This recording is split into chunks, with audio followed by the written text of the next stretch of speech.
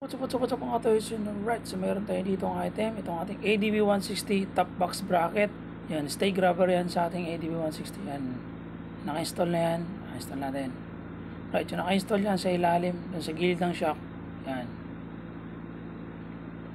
Right. Siya. So tatanggalin natin yung dalawang tornilyo dyan sa likod. Yan na yan, dalawa na yan. So bago natin ilalagay yung bracket na maiksi na yan, so lalagyan natin yung spacer sa likod. Tapos na. Itong kabila naman lalagay natin. Ayan siya. So may spacer yan bago nyo ilagay. Yan. Kita nyo yung spacer na yun, yung ilalagay nyo sa ilalim.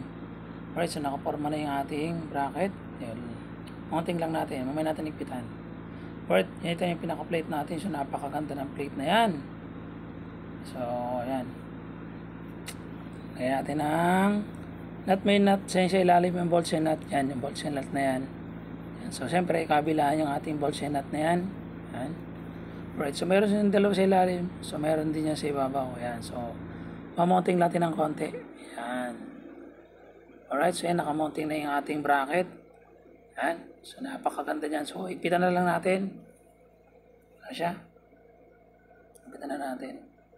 So, yung bracket na yan, napakatibay niyan kasi, yun, mayroon siya nakasuporta sa ilalim. Ayun, sa ilalim nakasuporta yan.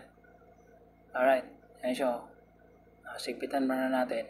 Sa kabila naman. Alright na, nagpitan na natin. Siya. Yun, napakatibay, napakaganda ng top box bracket yan dito sa ating ADB 160. Yan, so subukan natin isarado. Yun, alright, so nakikita nyo naman siya. So hindi siya sumasayad. At dumidikit yung bracket sa ating upuan. So napakatibay niyan. Yan, alright, sa mga gusto mag-avail yan mga boss Lodi. Yan, so available na yung ating top box bracket, ADB 160.